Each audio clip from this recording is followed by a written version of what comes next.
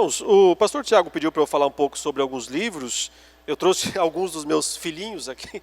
Então, só para apresentar alguns aos irmãos, esse material aqui, chamado Introdução às Doutrinas da Graça, é um material bem para discipulado, né? Você pode usar para ajudar alguém a conhecer as principais doutrinas da fé reformada. Então, é um material que está num preço bem acessível. Também eu trouxe uns textos de estudos, como essa teologia bíblica do Novo Testamento, né? Está R$15 esse valor lá embaixo. Também uma exposição da carta de Gálatas, também por mesmo preço.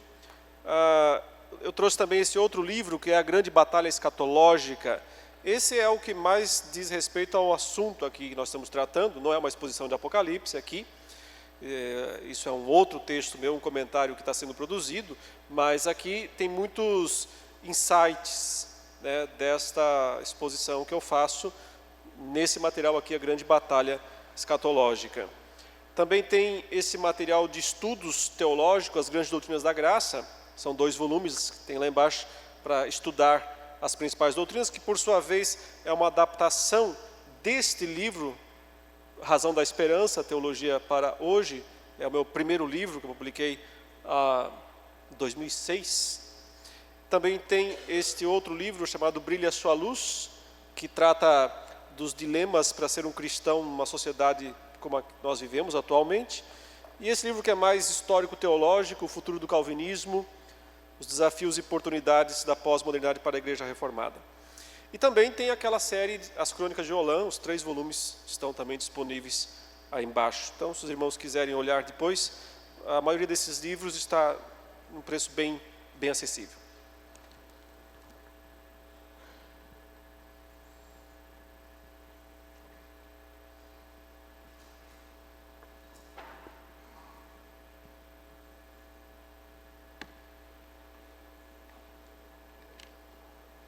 E se alguém quiser depois dedicatória, é só vir falar comigo que eu faço.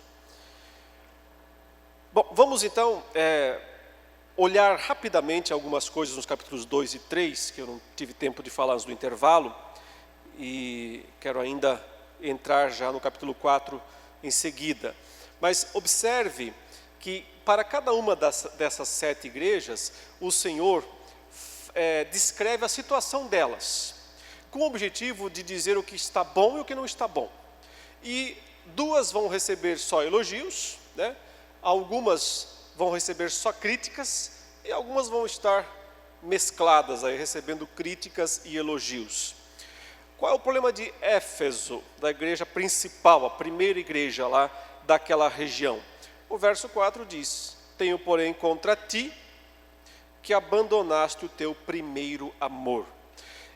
Isso não significa um abandono das emoções, do fervor espiritual, como em geral, quando a gente ouve pregações nessa passagem, em geral os pregadores vão falar sobre isso, né? Que Éfeso perdeu o seu fervor espiritual. Não era o ponto, apesar de não deixar de ser também um aspecto disso.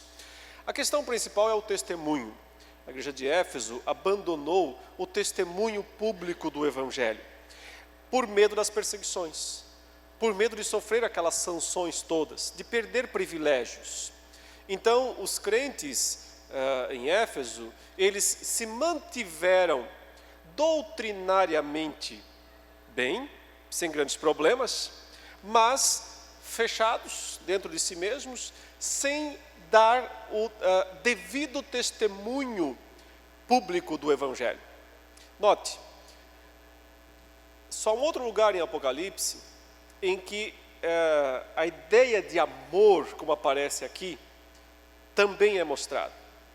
E é justamente naquele texto que eu descrevi, em que João une as 2 expressões, palavra de Deus e testemunho de Jesus, numa só, quando ele diz: eles, pois, o venceram por causa da palavra do testemunho que deram, e mesmo em face da morte, não amaram a própria vida. Então, o estado ideal do crente ele ama a Jesus mais do que a si mesmo. Ele ama a Cristo em primeiro lugar, e por isso ele está disposto a viver e a morrer por Cristo. Esse é o primeiro amor que a igreja de Éfeso perdeu. Portanto, quando ela não tem esse primeiro amor, ela ama a si mesma. Ela ama mais a si mesma do que a Cristo. E quem ama mais a si mesmo do que a Cristo, não sofre por Cristo. Não morre por Cristo. E o Senhor, então, diz à igreja: eu tenho isso contra você, porque você perdeu o amor por mim. O primeiro amor. Aquele que faz com que você ame menos a si mesmo. Aquele que faz com que, diante da morte, você não ama a sua própria vida. Então, aqui está o contraste, né, de primeiro amor ou segundo amor. Primeiras obras ou segundas obras. Essa é provavelmente a melhor interpretação aqui do texto. Note que aquela igreja não tinha mais o primeiro amor. Então, o primeiro amor é o amor por Cristo, que leva a igreja a ser testemunha e a não amar a si mesma. Ela perdeu isso. Portanto, ela não vive mais este amor. Mas, interessantemente, o Senhor diz que ela odeia as obras dos nicolaítas. Está no versículo 6. Tens, contudo, a teu favor, que odeias as obras dos nicolaítas. Não é interessante? A igreja não ama mais, como devia amar, mas odeia como devia odiar. Ela não ama como devia amar, mas odeia como devia odiar. E porque as duas coisas são necessárias. O amor a Cristo, que leva a pessoa a não amar a si mesma, e portanto está disposta a ser mártir, testemunha por Jesus, e o ódio ao ensino falso que deturpa o Evangelho e que deturpa a palavra de Deus. Mas note que só ódio não basta. Só ódio ao erro não é suficiente para sustentar uma igreja fiel no seu testemunho. Por isso o Senhor diz: se não voltar ao primeiro amor, eu vou remover o candeeiro. Você não vai cumprir a sua função. Há, portanto, a necessidade das duas coisas: do amor a Cristo e do ódio ao mal. Mas só o ódio ao erro não basta. Então não adianta apenas uma igreja viver combatendo os erros dos outros, se ela em si mesma não é, de fato, uma testemunha verdadeira por Cristo. Tem que ser primeiro uma testemunha de fato por Cristo. Então tem legitimidade para odiar. Cristo diz, e isso é só o que você tem de favorável, que você odeia as obras. E eu também odeio essas obras deles. Estamos de comum acordo neste caso. Mas não estamos no essencial, porque abandonaste o teu primeiro amor. No caso de Esmirna, você vê uma situação oposta. É uma igreja que está debaixo de toda a perseguição. O Senhor a prepara para enfrentar ainda mais perseguição. E anuncia a recompensa da fidelidade. Note que ele diz no verso 9: conheço a tua tribulação, a tua pobreza, mas tu és rico. O que ele diz a Laodiceia? A tua riqueza, mas tu és pobre.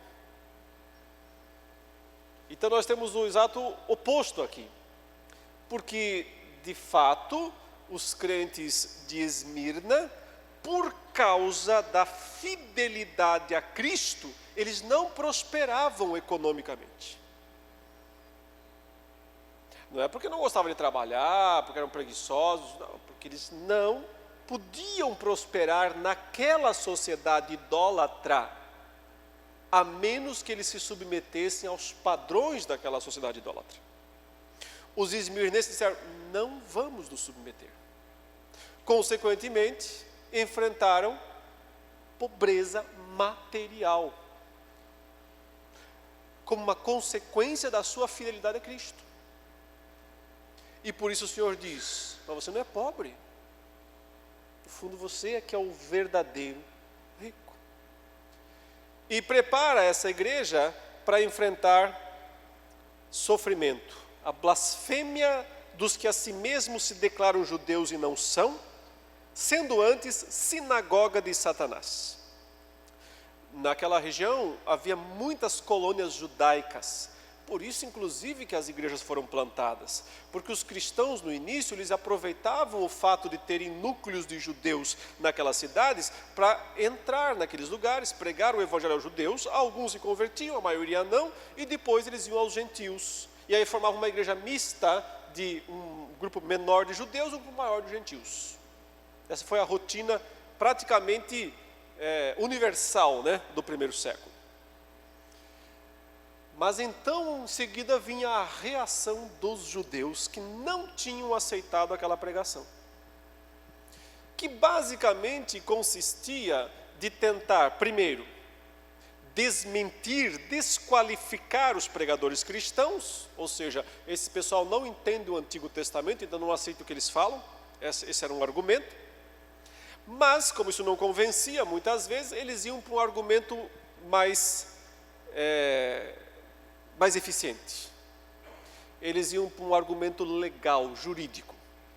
Os judeus tinham o direito de cultuar, ter sinagoga, fora de Jerusalém, da Judéia, porque há muito tempo atrás, eles foram espalhados, dispersos por todo o império, desde os dias de Nabucodonosor, rei de Babilônia, quando houve a primeira grande dispersão, né, o cativeiro. Desde então, núcleos judaicos ficaram espalhados por todo o mundo. E por causa disso, em algum momento da história, Roma permitiu que esses judeus cultuassem o Deus deles em qualquer lugar, desde que privado, de forma privada. Isso não era permitido aos outros povos. Roma permitia que cada povo tivesse seu Deus, não era esse o problema. Roma não tinha problema com politeísmo. Qual é o seu Deus aí na Síria? Tamos, tudo bem, não tem problema, adore, mas lá na Síria. Não aqui em Roma, não em Corinto, não em Éfeso, lá na Síria. Então os judeus tinham um salvo-conduto especial, eles podiam fazer isso fora do seu país, porque eles não tinham basicamente um país só para eles. Os cristãos, no primeiro momento, se beneficiaram disso, porque Roma não entendia muito bem a diferença entre judeu e cristão. Tudo a mesma coisa. Um monte de seita, fariseu, saduceu, essênio, zelote, cristão, só mais uma seita judaica. E, portanto, não mexia com os cristãos. Mas aí os judeus começavam a fazer o seguinte, denunciar os cristãos perante as autoridades romanas, dizendo, esse grupinho aí, olha lá, eles não são judeus. Então eles não têm esse direito de adorarem fora da terra deles. Eles são agitadores, eles são subversivos, eles estão pregando contra César. A mesma coisa que os sacerdotes fizeram com Pilatos, perante Jesus, né? Por que eles queriam que Jesus fosse preso? Porque ele manda adorar outro Deus e nós só temos um rei que é César. Então eles se fazem defensores do Império Romano para fazer o Império Romano se voltar contra os cristãos. Por isso João os chama de sinagoga de Satanás. E alerta no verso 10, não temas as coisas que tens de sofrer. Não é opcional. As coisas que tens de sofrer, que é necessário que você sofra. Porque é deste modo que o testemunho se consuma. senão não há testemunho de Jesus. Não temas as coisas que tens de sofrer. Eis que o diabo, esse aí que está usando os seus instrumentos, os judeus, da sinagoga dele, está para lançar em prisão alguns de vós. Prisão. Para ser dispostos à prova. E tereis tribulação de 10 dias. Você já conhece o conceito de prisão preventiva, né? É um conceito da justiça brasileira. Prisão preventiva. Ela deriva do direito romano. Roma é que tinha essa prática de prisão preventiva, que normalmente durava 10 dias. Então, quando havia uma denúncia com testemunhas a respeito de alguma pessoa, de que ela estava subvertendo algum valor, alguma lei romana, a autoridade podia aprisionar preventivamente, prender preventivamente esse acusado por 10 dias. E aparentemente era isso que estava acontecendo lá. Só que note que João está dizendo para eles não esperarem tribulação só de 10 dias. Ele diz: sê fiel até a morte, e dar-te-ei a coroa da vida. E sobre todos os aspectos, meus irmãos, esse é o grande incentivo do livro do Apocalipse, é a grande ordem do livro do Apocalipse, é o grande mandamento do livro do Apocalipse. Qual é? Ser fiel até a morte. Porque se você for até a morte, você vai ser antes também. Né? Se você está disposto a ser fiel na situação mais derradeira, você será nas intermediárias também. Mas se você não for nas intermediárias, você não vai ser muito menos na derradeira. Mas eu preciso corrigir uma noção que pode estar equivocada aqui também. Pela linguagem, né? A língua portuguesa, quando você fala assim, ser fiel até a morte, pode dar a ideia só de uma coisa que você precisa esperar chegar.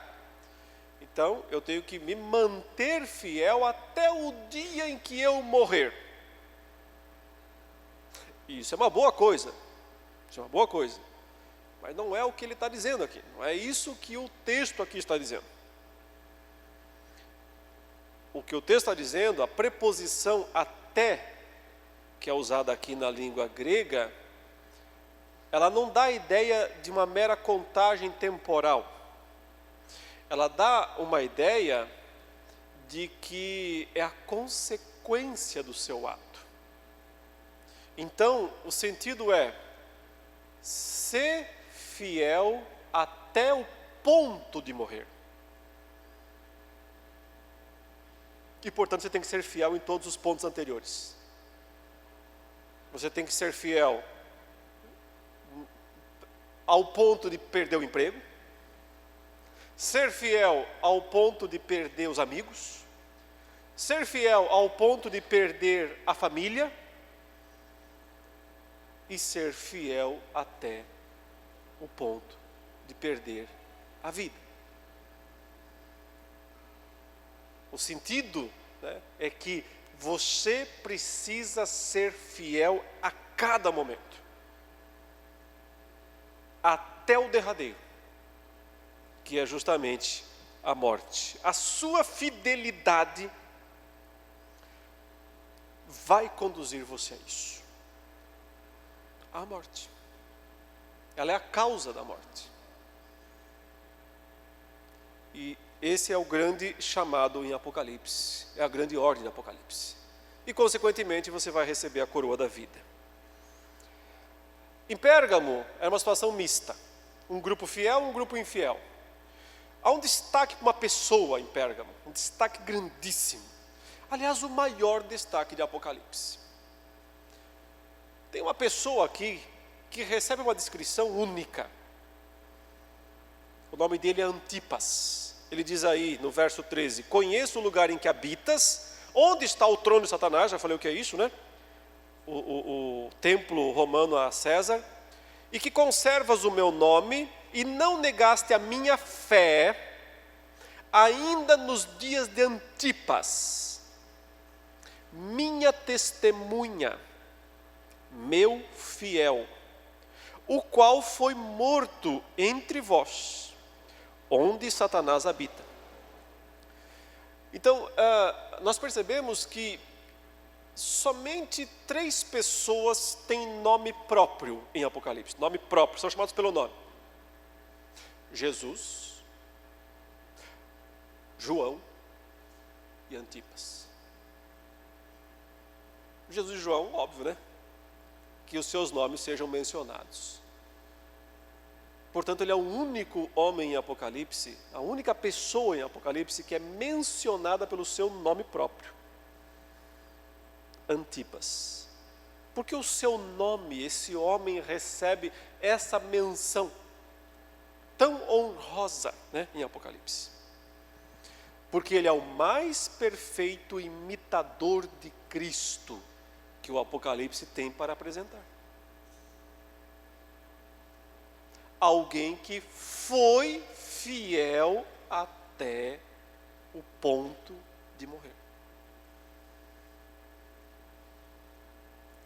E que é chamado, e é o único chamado, com o primeiro grande título de Jesus. Quando ele apareceu lá, eu descrevi a Trindade, a saudação da Trindade. Graça e paz, da parte daquele que é, que era e que há de vir. Da parte dos 7 Espíritos de Deus. Da parte de Jesus Cristo. A fiel testemunha. Primogênito dos mortos e soberano dos reis da terra. Mas a primeira declaração é testemunha fiel. Quem é Antipas? O que Jesus diz. Note, agora você inverte a coisa. É o testemunho de Jesus a respeito do testemunho de Antipas. Mas antes, Antipas deu testemunho a respeito do testemunho de Jesus. Não se enrole. O significado é muito simples. Antipas sabe que Jesus morreu por ele. Então Antipas morre por Jesus. E Jesus reconhece esse fato. É uma coisa autenticando a outra. Mas Jesus não chama Antipas apenas de testemunha fiel. Não é só isso. Testemunha fiel é o título de Jesus. Mas em relação a Antipas, ele acrescenta 2 vezes o pronome pessoal, meu, possessivo. Minha testemunha, meu fiel. Ninguém recebeu essa descrição. Não há descrição mais gloriosa, mais digna em toda a Bíblia. Não há. De alguém que recebeu essa descrição do próprio Cristo. Ele está dizendo, esse daqui é minha testemunha. É meu fiel. Porque ele morreu exatamente como eu morri. Sustentou até o fim a verdade. Não recuou 1 centímetro. Não negociou nada. Não disse, mas se eu fizer só metade da honra, da homenagem que o imperador quer, não serve? Pelo contexto, nós entendemos que Antipas foi denunciado, provavelmente por um grupo de judeus, perante o cônsul, o procônsul romano. Foi dito dele que ele não adorava, não participava dos rituais ao trono do imperador, lá em César, em Roma, em Pérgamo. Ele deve ter sido convocado para dar a sua defesa, deve ter sido preso por 10 dias, primeiramente. foi ouvido pelo cônsul romano. Escuta, está sendo acusado aqui de adorar deuses que nós não conhecemos. Você não é um judeu, você não tem o salvo-conduto, portanto, você, diga agora, ou você adora a César, ou nós vamos ter que continuar o seu processo, prisão e tudo mais. O que Antipas fez? Foi testemunha. Testemunha fiel. E o fim do seu testemunho foi a morte. Agora, o que era, e veja como isso é interessante, o que era para ser em Pérgamo um impacto tremendo naquela igreja, aparentemente gerou o fato oposto. Porque na sequência, essa igreja que viu um Antipas gloriosamente testemunhar de Jesus, na sequência abre as portas para os nicolaítas e para os baalamitas. E Jesus fala isso aí: tenho, porém, contra ti algumas coisas, não é só uma não. Você aceitou o povo aí que ensina que pode comer coisas sacrificadas aos ídolos e praticar prostituição, e você também tem os que da mesma forma sustentam a doutrina dos nicolaítas. Portanto, arrepende-te. Isso é interessante, porque o Senhor está sempre oferecendo arrependimento, mesmo para aqueles que compraram a teologia dos nicolaítas. Mesmo para aqueles que aceitaram o pacote, Ele está sempre oferecendo arrependimento. Mesmo Laodiceia recebe oferta de arrependimento. E o Senhor diz que disciplina aqueles que Ele ama. E as situações vão se repetindo na igreja de Tiatira. Você tem lá Jezabel, uma profetisa, ensinando as pessoas que elas podem comer das carnes sacrificadas ao imperador, que elas podem participar das orgias. Naquelas festas gregas, nas festas romanas, era muito comum que essas festas acabassem em bebedeira e em orgias. Era uma sociedade muito depravada, muito corrompida de costumes. Como todo mundo sabe, os registros são amplos nesse sentido. Uma cidade, como quase toda a cultura greco-romana, que tinha a sua deusa Afrodite, o seu deus Baco, né, o deus do vinho, a deusa do amor. Não é amor romântico, é sexo, é orgia, é prostituição. Templos com prostitutas cultuais que estavam lá só para receber as pessoas, para praticar relações sexuais, como um culto à divindade. Como é que aquelas festas em honra ao imperador acabavam? Nada comportadas. E ao que parece, a Jezabel ia tão longe na queda, tão longe que ela dizia que os cristãos podiam até mesmo participar daquelas festas. Aparentemente, o argumento era uma mistura de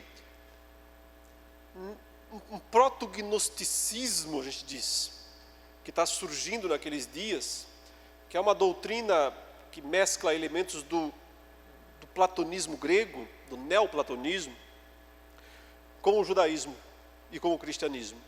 E que diz que a matéria é má, mas a parte espiritual do homem é boa. Então, participar daquelas coisas seria só relativo à parte material humana e que não afeta o espírito. De maneira que as pessoas podiam ir naquelas festas e comer daquelas comidas e participar daquelas orgias e no domingo ir para a igreja, normal. Uma coisa era da carne, outra coisa era do espírito, fazia uma separação, um dualismo, né, nesse sentido. Que às vezes a gente vê um pouco disso no mundo atual, na igreja atual, né, aquela coisa do secular, do profano, e as pessoas, muitas vezes crentes, conseguem transitar nos dois mundos. Conseguem estar na igreja, no culto, tal, e na sábado à noite na boate, na festa, na loucura. Consegue ir nos dois ambientes, é como se tivesse uma chavezinha que liga assim, né? Modo igreja, modo mundo. Então, depende da situação, só vai lá, aperta a chavezinha e como se uma coisa não influenciasse a outra, né? Fossem esferas diferentes, separadas da existência humana. Não são. Não é possível viver esse dualismo, e o Apocalipse tem fortemente essa mensagem contra essa ideia. Jesus diz que ele odeia essas coisas. Filadélfia é a melhor das igrejas porque é pobre. Isso aqui não é teologia da libertação, isso aqui não é missão integral, não são essas coisas, simplesmente são pessoas que estão perdendo benefícios econômicos por causa da sua fé, não porque são desprezadas pela sociedade, porque são marginalizadas. Não é essa a defesa do livro. A questão aqui do livro é a disposição que um crente tem que ter de perder dinheiro por amor a Cristo. Não é que ele vai jogar dinheiro fora, mas é que às vezes ele não vai poder ganhá-lo. Porque para ganhá-lo daquela maneira, ele vai ter que sacrificar a sua fé. Para obter aquele certo lucro, ele terá que negociar seus princípios, seus valores cristãos. E aí o cristão diz: passo. Prefiro, nesse caso, a pobreza. E você vê Esmirna e Filadélfia pobres nesse sentido, mas Cristo dizendo ricos. E você vê Laodiceia do exato oposto. Ou seja, a Laodiceia não está disposta a perder. Porque ela está convencida desse dualismo, que ela pode ser ao mesmo tempo crente e mundana. E portanto ela é rica nesse sentido, porque ela usufrui de todos os benefícios que o Império Romano pode dar, porque os crentes vão lá, se prostram diante da estátua do imperador, fazem o que for preciso. E Cristo diz: e você não sabe, né? Você não se olha no espelho, né? Você não sabe que você é pobre, e cego, e miserável, e nu.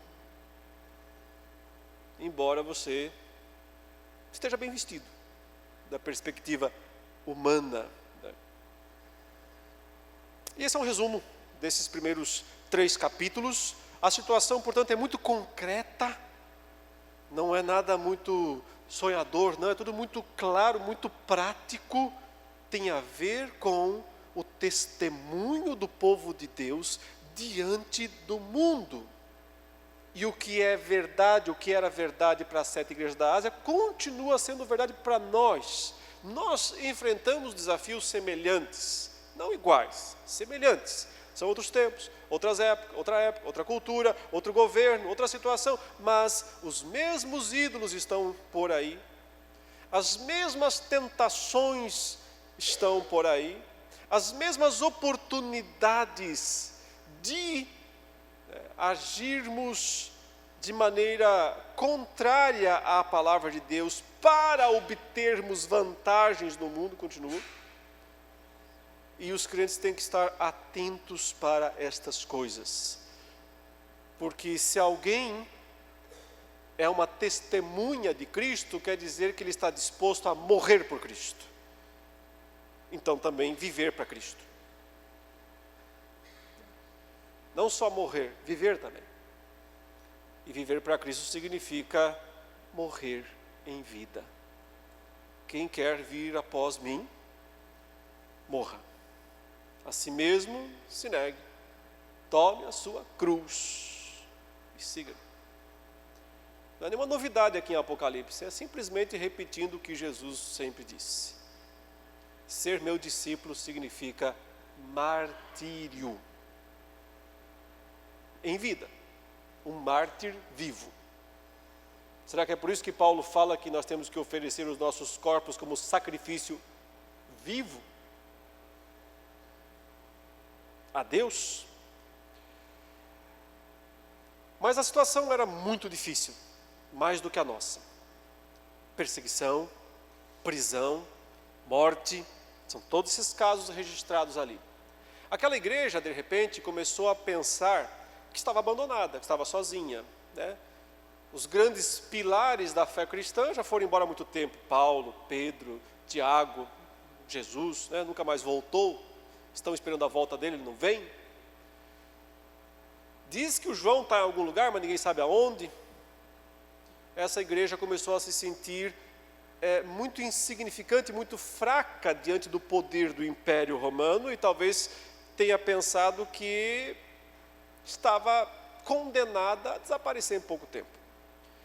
Então também é para essa igreja, para encorajá-la, mais do que para confortá-la. Ela está precisando de muito conforto, ela está precisando de coragem, para encorajá-la a ser uma testemunha fiel no mundo, que os capítulos 4 a 22 são escritos. Eles vêm como um incentivo poderoso para que a igreja cumpra a sua missão de testemunha fiel. E por isso a primeira grande visão do livro é a cena que descreve o trono de Deus. João diz, verso 1, capítulo 4: Depois destas coisas olhei, e eis não somente uma porta aberta no céu, como também a primeira voz que ouvi, como de trombeta, ao falar comigo, dizendo: sobe para aqui, e te mostrarei o que deve acontecer depois destas coisas. Imediatamente eu me achei em espírito, e eis armado no céu um trono. Então a grande visão inicial dessa subida apocalíptica, essa viagem apocalíptica aos céus, que ele fala em espírito, então ele não foi fisicamente aos céus, é uma visão espiritual, simbólica, portanto, não são fatos literais. Tudo que será descrito aqui para frente tem que ser sempre mediado pela palavra em espírito, não materialmente, fisicamente, literalmente. E é por isso que toda interpretação literal daqui para frente não pode ocorrer. Se for feita, ela vai ser distorcida, ela vai distorcer. É preciso buscar o aspecto espiritual de toda esta visão. E não se preocupar com o aspecto material desta visão. Começando com a primeira grande visão, que é o trono de Deus, mas que não é um trono convencional. Ele é absolutamente não convencional. Note que João descreve assim: eu vi armado, montado nessa ideia, no céu, um trono, só que o trono ocupa o céu inteiro. Ele não é um pedaço do céu, ele não é uma parte do céu, ele é o céu. Talvez porque, né, é dito no Antigo Testamento: os céus são o meu trono, e a terra o estrado dos meus pés. Então, os céus como um todo aqui são descritos como o trono de Deus. E o Senhor que se assenta no trono ocupa todo o trono. Aquele que enche os céus e a terra. Mas note algumas coisas interessantes. A descrição de Deus é sempre por semelhança, nunca literal, mais uma vez. No trono alguém sentado. E esse que se acha assentado é semelhante no aspecto à pedra de jaspe e de sardônio. E ao redor do trono há um arco-íris semelhante no aspecto à esmeralda. Então você vê 3 pedras preciosas, como se fossem 3 círculos desse trono. Porque ele vai falar sempre assim: ao redor, ao redor. Então é um trono circular. Aparentemente a peça central nesse grande círculo que vai aumentando até atingir toda a criação, é o brilho branco do jaspe, o brilho transparente, quase como um diamante, é o ponto central. Provavelmente uma reminiscência veterotestamentária, né, da santidade de Deus. Aquele que tem o fulgor do jaspe.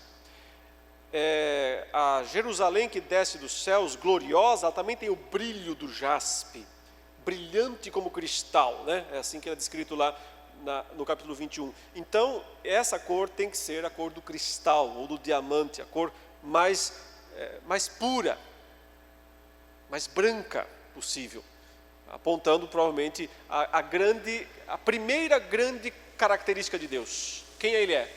O santo. É a mesma ideia de Isaías 6, né? Viu o Senhor assentado no alto e sublime trono. Serafins estavam à volta dele, cada um clamava: santo, santo, santo é o Senhor dos exércitos. E aqui também o coro de santo repercute dessa mesma forma, sugere-se que repercute no céu. A segunda cor é o sardônio, que é a cor vermelha. E a terceira cor é o verde, o esmeralda, mas que aqui aponta para o arco-íris. Todos são símbolos do Antigo Testamento. E que talvez seja um modo pictórico do trono descrever os principais aspectos da redenção. Porque se você pensar, né, no fulgor do jaspe, né, na santidade de Deus, isso leva você a pensar também no vermelho. O vermelho do sardônio é possivelmente uma representação tanto da pecaminosidade humana quanto da redenção pelo sangue. Há um texto em Isaías, e aparentemente é Isaías que está por trás dessa descrição, o capítulo 6 principalmente, mas o capítulo 1 diz assim: ainda que os vossos pecados sejam como escarlate, vermelhos como carmesim, se tornarão brancos como neve, como alva lã. Possivelmente essas representações aqui estejam pintando um quadro celeste dos grandes pilares da redenção: a santidade de Deus, a expiação, a aliança. O arco-íris tem essa simbologia no Antigo Testamento, né? Na aliança com Noé, é o grande símbolo da aliança divina feita com Noé. E logo após estas representações prováveis do sistema redentivo da aliança, nós temos justamente os 24 anciãos. Ele diz aí: ao redor do trono há também 24 tronos, e assentados neles 24 anciãos. O termo ancião aqui é presbíteros, né? Presbíteros vestidos de branco, em cujas cabeças estão coroas de ouro. Chama a atenção, obviamente, o número, né? 24, que todo mundo consegue fazer a conta fácil, né? 12 mais 12. 12 mais 12, nós temos dois 12 muito importantes na Bíblia, tanto no Antigo quanto no Novo Testamento. Nós temos 12 patriarcas no Antigo Testamento, ou seja, o núcleo da igreja do Antigo Testamento, a nação de Israel, 12 patriarcas, que somam-se aos 12 apóstolos do Novo Testamento, o núcleo da igreja do Novo Testamento. Não significa que João viu os 12 patriarcas e os 12 apóstolos. Então ele tinha que se ver lá, né? Porque ele está vendo, ele também teria que estar lá sentado num daqueles tronos. São representações celestes, são símbolos. Mas podemos dizer que João viu representativamente a igreja do Antigo e do Novo Testamento. Nesses reis celestes, que talvez sejam anjos, mas representando o povo de Deus perante o trono do Senhor, e são os mais próximos do trono. Na sequência do jaspe, do sardônio, do arco-íris, você tem os 24 tronos. O povo de Deus representado nos céus. Mas tem mais algo aqui que é representado nos céus, que é interessante, porque o texto diz que também há em volta do trono, após descrever o Espírito Santo, que eu já falei antes sobre ele, né? O Espírito Santo, as 7 tochas, os 7 Espíritos de Deus, ele descreve também, no verso 6, na metade do versículo fala assim, e também no meio do trono e à volta do trono, 4 seres viventes, cheios de olhos, por diante e por detrás. E esses seres viventes são criaturas que representam a criação, a natureza humana, a natureza terrena. Veja aí que o primeiro ser é como o leão, o segundo é como o novilho, o terceiro tem o rosto como de homem, o sentido aqui é como os macacos, né, os primatas, e o quarto ser vivente como a águia. Então, são provavelmente descrições simbólicas da criação. O número 4 em Apocalipse geralmente aponta para a natureza, a criação. O número 12 aponta para o povo de Deus. Então você tem 2:12 aqui, porque são o povo dos 2 testamentos, e você tem 4, que é toda a criação. O sentido qual é, provavelmente, que é as 2 coisas que Deus mais ama: o seu povo e o mundo que Ele criou. E as 2 coisas têm que ser redimidas. As pessoas redimidas pelo sangue do Cordeiro, mas a criação também aguarda, Paulo diz, ardentemente pela redenção, quando ela será redimida do cativeiro da corrupção, para a liberdade da glória dos filhos de Deus. Ou seja, quando os filhos de Deus estiverem na glória, a criação vai com eles. Porque o fim não é abstrato, etéreo. A eternidade não é abstrata, a eternidade é concreta. A criação redimida. E é por isso que esses símbolos aparecem aqui diante do trono de Deus.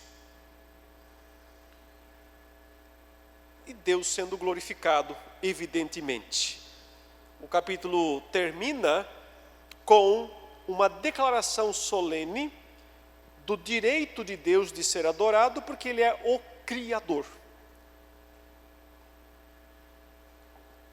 Verso 11 fala: Tu és digno, Senhor e Deus nosso, de receber a glória, a honra e o poder, porque todas as coisas Tu criaste.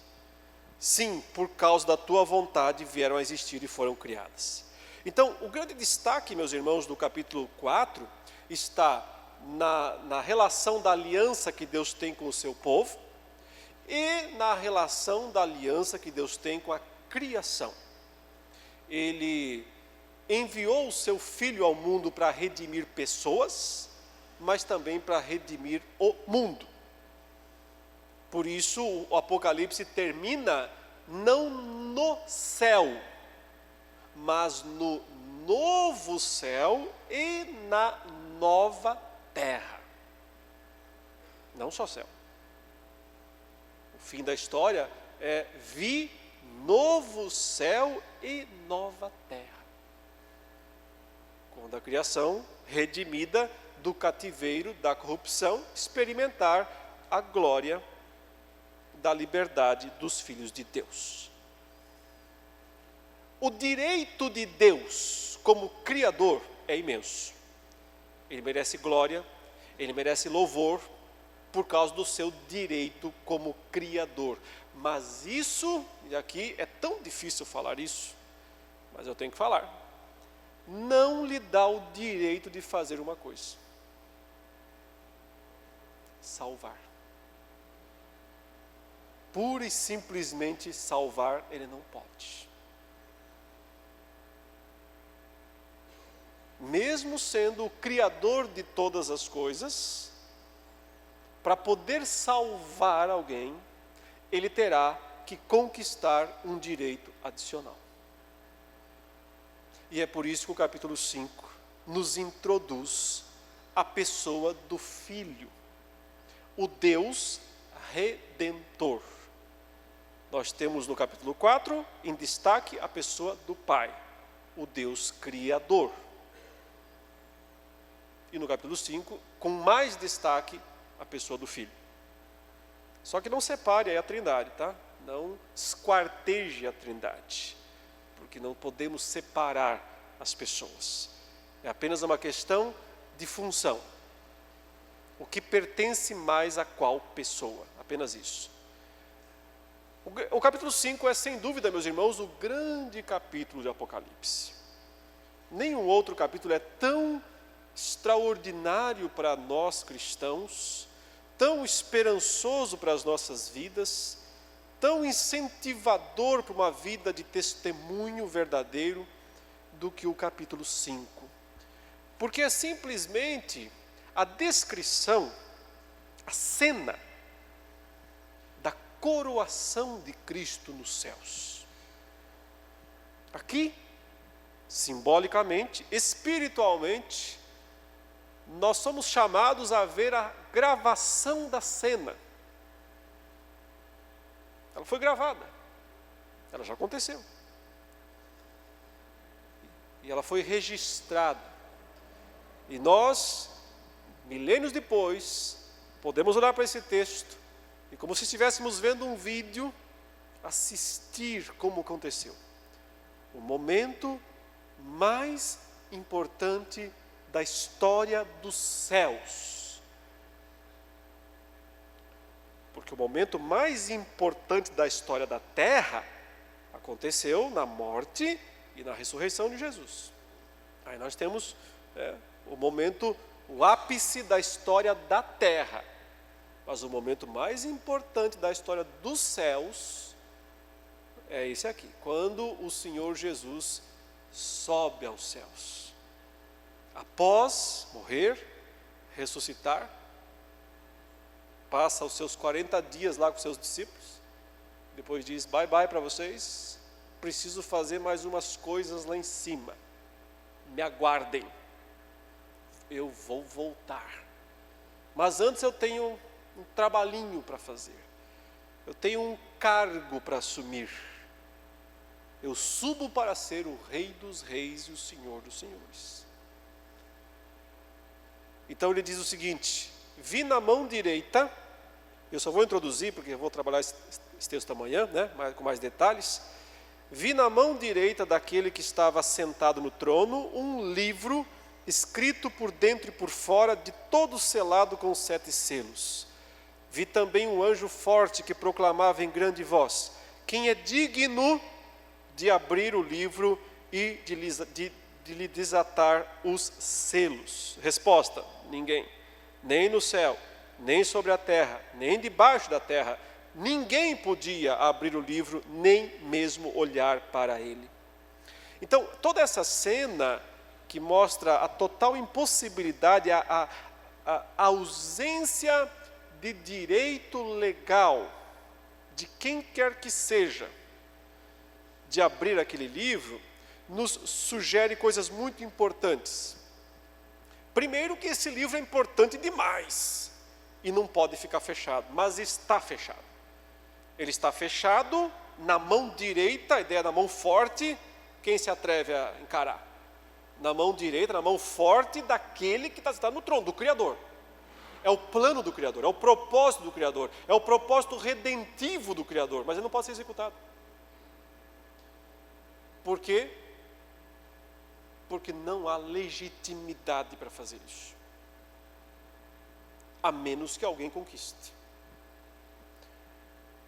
Quando o anjo desafia os céus, só tem criaturas puras nos céus, quer dizer, nesse tempo ainda não tinha só puras, tinha umas meio ruinzinhas lá que foram expulsas depois.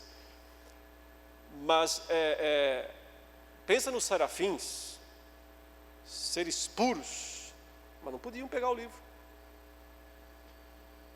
na terra, ninguém, nem debaixo da terra. Aqui ele parece estar descrevendo as 3 esferas, né? Como sendo o céu, a terra e o Hades. Nenhuma dessas esferas,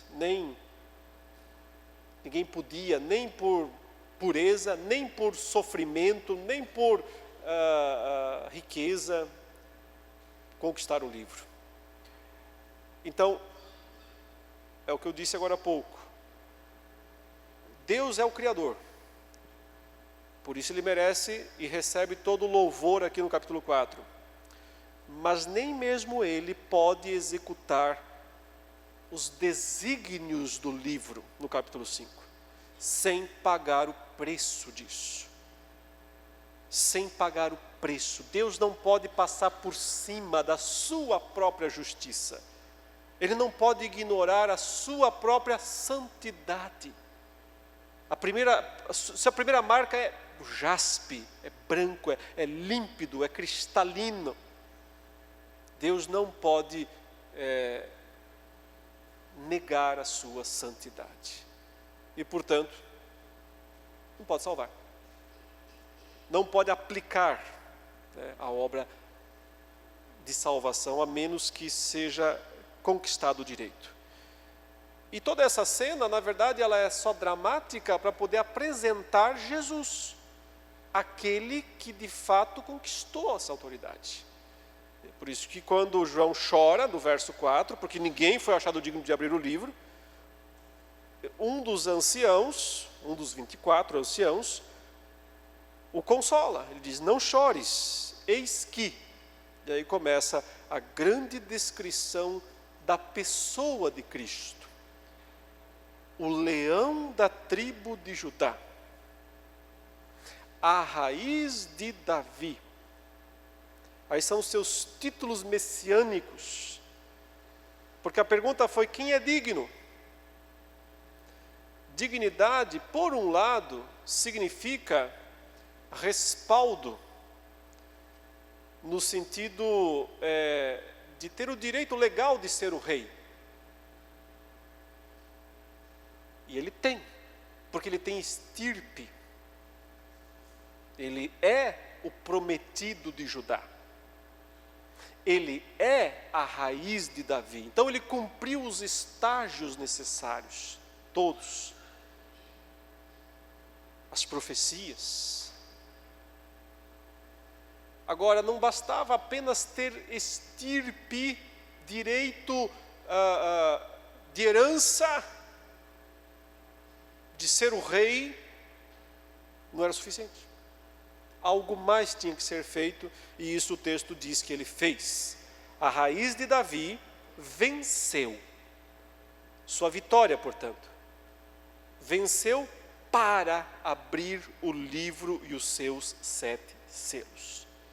Então toda a sua vida neste mundo, sua morte, tudo o que ele fez foi com este objetivo. A sua meta, desde que ele desceu aqui, nasceu, se encarnou, cada passo do caminho até a cruz, até o túmulo vazio, foi para voltar aos céus e pegar esse dito livro. Esse foi o grande objetivo da vida, da morte, da ressurreição de Jesus Cristo. É importante esse livro, porque ele significa, meus irmãos, domínio, governo, autoridade, significa dignidade para executar, condição jurídica, legal, para executar o plano de Deus para a salvação dos povos, o plano de Deus para a salvação das nações. Pede-me e te darei as nações por herança. Quando o Senhor dá o livro, quando Jesus pega o livro da mão direita, é isso que está acontecendo. Eu estou te dando as nações por herança. É por isso que Jesus, ao ressuscitar, ele vai até os apóstolos e diz o quê? Eu recebi todo o poder. E a palavra não é poder de força, né? Jesus não ficou mais fortão depois da ressurreição. É palavra poder de autoridade, de domínio, de governo. Eu recebi toda a autoridade nos céus e na terra. As nações são minhas agora. Os céus são meus. Eu mando nos céus e eu mando na terra. Então vão. Vamos, gente. Anda. Vão e façam discípulos de todas as nações. São minhas. Portas abertas, caminho liberado, para que o Evangelho seja proclamado de maneira vitoriosa em toda a terra. Por que pode fazer isso? Porque eu mando agora nos céus e na terra. Sereis minhas testemunhas. Não é João quem fala isso, é Lucas, ou aliás, é Jesus. Eu vou derramar o Espírito Santo, e vocês serão meus mártires, minhas testemunhas, em Jerusalém, Judeia, Samaria e até os confins da terra. Por quê? São meus.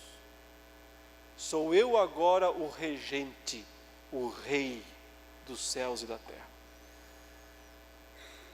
E eu encerro com essa declaração, mas amanhã eu vou retomar os detalhes aqui, o porquê que ele é isso e o que mais isso significa. Mas o resumo dessa parte, sem dúvida, é esse: a coroação de Jesus, o seu status, o seu domínio, o seu poder sobre os céus e a terra.